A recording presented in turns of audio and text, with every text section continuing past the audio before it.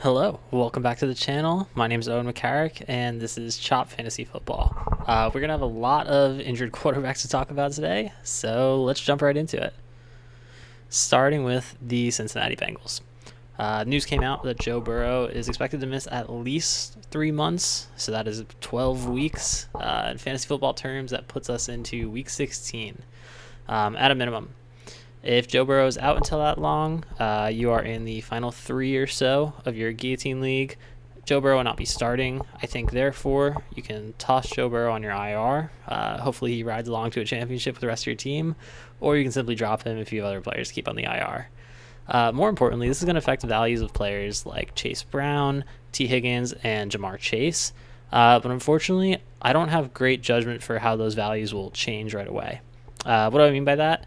Is I have this weekly FAAB guide. This is going to be linked down in the description. It's completely free. And what I do here is I source data directly from Fantasy Pros. I take their rest of season rankings, import it into this, and the equation is just kind of figured out from there. You could input all of your league information, and it should adjust those values accordingly. But the Fantasy Pros, typically, when you go into their rest of season rankings, their experts will update probably Tuesday afternoon. Some of them will update kind of during the week as the week goes on. I will keep importing the data in manually kind of throughout the day Tuesday, so you have the most updated and accurate rankings possible. As it stands right now, some of those players haven't really fallen quite a bit. For example, Jamar Chase still at number 1, and maybe that's where he stays. I trust these rankings a lot. I think fantasy football is a game of numbers and just a game of chance at times, and I think that's why the idea of wisdom of the crowd generally applies. Rather than to pick one specific expert, it's probably best to kind of take the average of all the experts, and I think Fantasy Pros does a great job of that. So with that being said, I'm not quite sure how players like Jamar Chase and T. Higgins are going to fall on those rankings. Jamar Chase might stay at number 1 overall. I might drop him a couple slots just because his upside is a little bit capped, especially towards the end of the season. That's going to matter a lot. But it might dramatically affect players like T. Higgins. So just keep on the lookout for that. Again, I'll be constantly refreshing that throughout Tuesday. And then we can move on to our next game. We have the Bills and the Jets. Our injured quarterback here is going to be Justin Fields. He put up about 4 or so points before exiting kind of early in the game.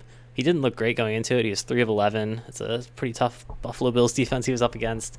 He has a concussion, and he's likely to, as of right now, miss week 3. And he'll probably be back after that. I think Justin Fields has a lot of upside as a player. He has a lot of rushing ability, and as we saw against the Steelers, has a lot of fantasy potential because of it. If Justin Fields gets dropped, whether that be because he was cut or a person doesn't want to deal with his injury, I would be bidding about 5 to 8 FAAB on him. I think he still has a lot of value and can get you through most of the year as your starting quarterback. And then in our next game, we have the Commanders and the Packers. This was the Thursday night football game, and Jaden Daniels had an injury coming out of this one. Jaden Daniels put up about 20 or so fantasy points. He's considered day-to-day at the moment. I feel completely fine with him. I'm not really worried about how his options are going to change. And going back to this Jets one as well, I think your options of Breece Hall and Garrett Wilson, because it's just a 1-week injury, I would not dramatically change their values either. So I think with the Jets and the Commanders, they should be in good shape. But that is not the case for the Minnesota Vikings options. J.J. McCarthy sustained an injury. He might be out for 2 to 4 weeks. I know the Vikings have an early bye, so maybe that helps this case. But nonetheless, he's going to be out for some amount of time. Even prior to getting injured, he did not look particularly great. I believe their backup is going to be Carson Wentz, and I don't know how I feel about him at this point in his career. And then some of the options here on the Vikings also just didn't look good, even with a healthy J.J. McCarthy. We can start with Aaron Jones. Aaron Jones put up about 2.3 points, 5 carries for 23 yards, and then 0 for 1 on his targets. Aaron Jones did not look great. He was really splitting time with Jordan Mason. In fact, maybe even losing time to Jordan Mason. I think this Vikings offense is not one to target, and Aaron Jones does not have the same upside at this point in his career. There's a very reasonable chance that Aaron Jones falls to the 1B or even 2 in this offense, and it's just not something I want to be a part of. If Aaron Jones hits waivers, I would bid about 5 or so FAAB, but 5% of your FAAB, but nothing too intense on him. And then similarly, we have TJ Hawkinson. He was 1 of 3 for 12 yards, put up about 2.2 points in PPR leagues.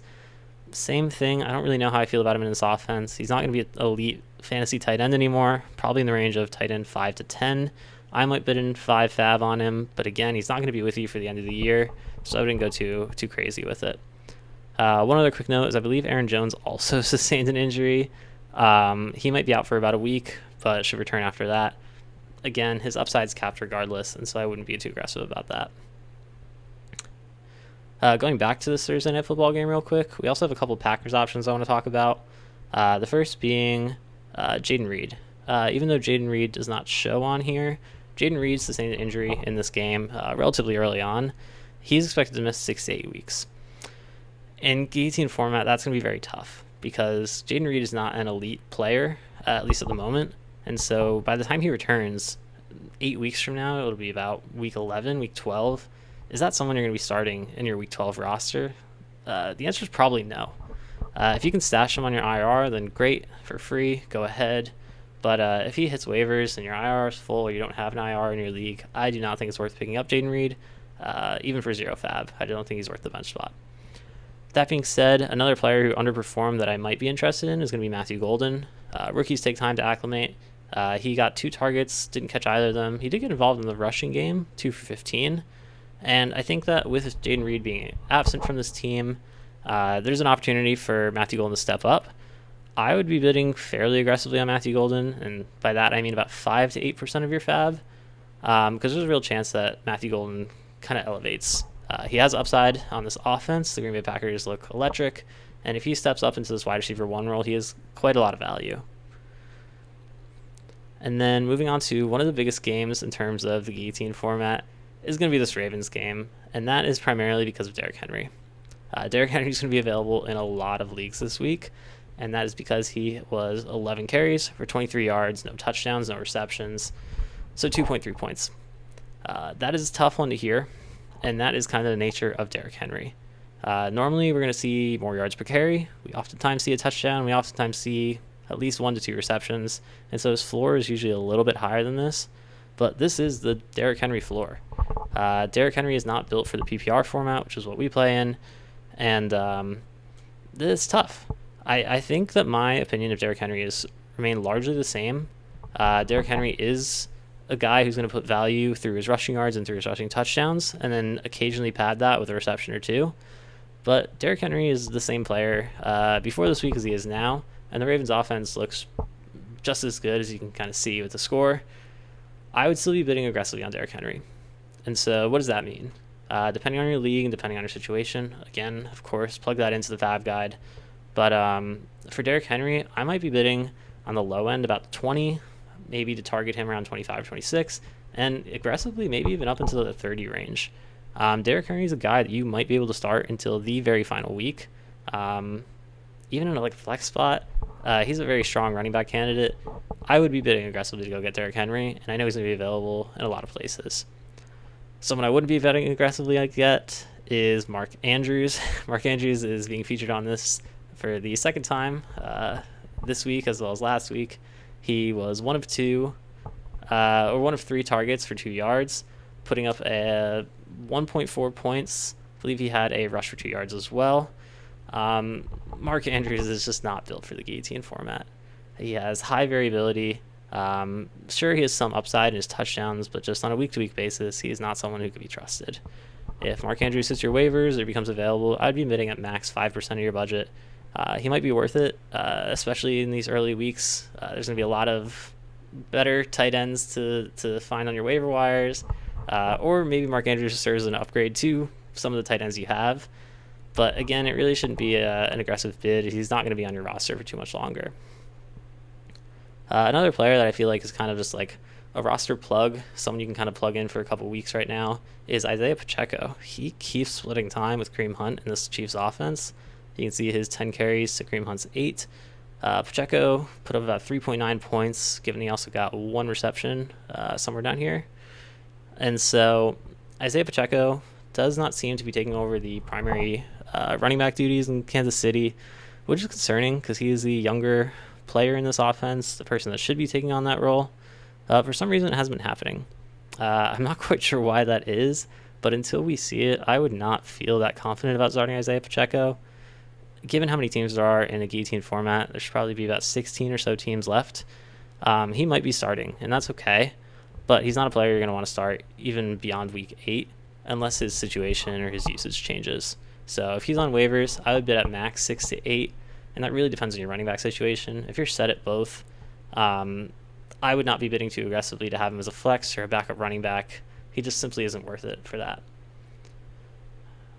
A player that I still feel strongly about, though, is going to be Courtland Sutton. I had to scroll all the way down to get him on our screen here.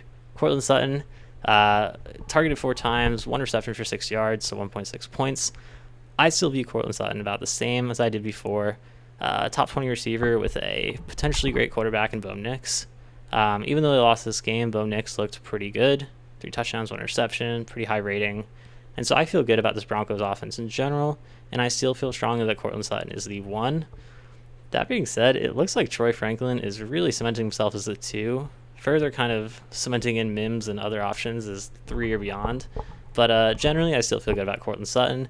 If he's on your waivers, I'd be bidding actually around 12 to 16, which may sound aggressive, but I think that's a player you can start even up to like week 12 and beyond. Depends on your wide receiver situation. If you feel strong at wide receiver, I would still toss in a bid on him, maybe in the high single-digit %. But yeah, I think Sutton retains a lot of his value and has value for many weeks ahead. And just a quick shout-out while we're here. First defense mention on the channel. The Denver defense did not do very good, at least in my scoring format against this Colts. In my league scoring format, he put up negative. The defense of the Broncos put up negative points. Regardless of what they put up for you, the Broncos were probably the number 1 overall ranked defense coming into this game. And I think this serves as a fair reminder that we should not be bidding aggressively on any defense at any point across the year. Even our strongest defense in relatively strong matchups can still have high variance, and just the way that defenses are scored in fantasy changes so much, especially from just week to week. So if the Broncos hit your waivers for whatever reason, I might bid 0 FAAB on them, depending on their matchup. You really should just be streaming at the defense position in Guillotine and preserving FAAB for more important things. Moving on, we have Zach Charbonnet in the Seahawks-Steelers game. Kenneth Walker came back a little bit more healthy in this one. He looked explosive. Even though you can see that Zach Charbonnet carried Kenneth Walker broke off a couple runs in this game and just generally passed the eye test. Whereas Zach Charbonnet picked up a lot of those extra carries kind of in the end of the game in garbage time. And it really seems like Charbonnet is not going to be taking over the running back 1 role. And it doesn't even seem like Charbonnet is going to be in that like 1B role, which some people were hoping and suspecting that he might be. It seems like Charbonnet is just going to be one of those like elite handcuffs that you're going to want in case Kenneth Walker misses a couple games, which he seems to do every season. But besides that, it does not seem like he has the same upside of taking over the running back 1 duties that we might have thought. Charbonnet is still worth it as one of those elite handcuffs, maybe about 5 to 7% of FAAB, but I would really cap it there. Moving into this Cardinals game, the only player I want to highlight here is going to be Marvin Harrison Jr. Similar to Sutton, I view Harrison Jr. about the same. He was 2 for 5 for 27, so 4.7 points in a PPR league. I think Marvin Harrison also kind of remains in that top 20 wide receiver range. You can see he was targeted a bunch, only caught 2 of them, but I think that's okay. Kyler Murray had a fair outing and is a decent quarterback, and I think Marvin Harrison will remain as a top 20 or so receiver for the rest of the year. He does have more upside to develop as this year goes on, whereas Sutton, his upside is really baked into Bo Nix. Harrison Jr. has the potential to upside as the year goes on, and so therefore I might bid a little bit more aggressively on him, maybe in that like 12 to 16 range. Maybe that's a little bit too hot, and so again, if your receivers are solid, just drop that down a little bit. But I would be placing in a bid on him for sure if he hits your waivers. And then to end things off, we have a pair of rookie running backs, starting with Travion Henderson. Now, I know this seems drastic. Only the 3 carries for 10 yards. He also got 2 receptions for 30 yards, which kind of really like saved his fantasy day. Travion Henderson really got outplayed by Ramondre Stevenson in this game. Ramondre really passed the eye test as well, just looking like the better back out there. But what I will say is that this happens from time to time. We'll see the veteran back look good one day, not the other day. I don't think Ramondre Stevenson looked particularly great in week 1, and rookie running backs take time to acclimate as well. Sometimes we see them take over immediately. Sometimes we see them take over mid-season. Sometimes it takes a year or two. I think Travion Henderson still has the potential and the upside to, say, in week 6, really take over this role. I know it doesn't look like that right now, but I would still give it a chance. This is exactly the reason why we probably don't draft these rookie running backs super high in Guillotine leagues, because even if by the end of the season they're super valuable, you prioritize the early weeks, and rookie running backs oftentimes just don't get there immediately. And so if Henderson hits your waivers, I would still be bidding fairly aggressive on him. Even about 10 to 12 percent of your FAAB, just in the hopes that like he develops as a runner. He might be a fringe starter the next couple of weeks while in this role as the receiving back and part-time like running back 2, but has plenty of upside. And I feel just about the same way about Amari and Hampton, maybe just a little bit stronger though. So even though in this game, Najee Harris had 8 carries as well as Amari and Hampton, whereas I think last one, Najee Harris had 1 carry. So they were splitting time in this game. But Hampton, I feel the same way about. Hampton might, by week 6, completely take over this offense. And we could see Najee Harris take on a firm backup running back role. It's going to take a little bit of time. It might depend on the game. But I generally feel very confident that Hampton has a lot of ability, a lot of talent, and therefore a lot of potential for end of the season. So again, Hampton to me represents a fringe starter because of how deep these leagues are right now, with the potential of breaking out by the end of the year. And so if Hampton hits your waivers, which I think he will in a lot of leagues, I would again bid fairly aggressively. If you're weak at running back, I would bid in that 12 to 16 range, 12 to 16%. Or if you feel confident at running back and he just serves as a backup running back for the time being to you, or potentially a flex option, maybe even lower in the 8 to 12% range. But again, definitely worth a bid. For all of these guys, especially the upside cases like a Matthew Golden or these previous 2 running backs mentioned, when they have long-term upsides, oftentimes because they are rookies, it is always worth placing a bid on them. You never know what happens, and in a lot of the more casual leagues, you will see guys who underperform and maybe seem like they're losing way to the veteran or a trusted player, just not get bid on outright. And so at the very least, place a $0 or $1 bid. I, of course, would recommend doing a little bit more than that. But yeah, I think that should just about cover it. If you have any questions, I linked on the spreadsheet, again, in the channel below, or the description below, this YouTube channel, the one you're watching right now, but also the Reddit and the X account. If you have any questions, specific questions about your league, your format, your players, feel free to reach out to me on there. I should respond throughout all of Tuesday and then a little bit more intermittently as the week goes on. But yeah, feel free to reach out. I'm happy to hear any questions, any suggestions. And again, just make sure to subscribe. I'm hoping to have a couple other video formats on this channel, a couple of interviews and different style videos. So happy to take any suggestions and hope to see you around the next coming weeks. Good luck with your bids and stay safe out there.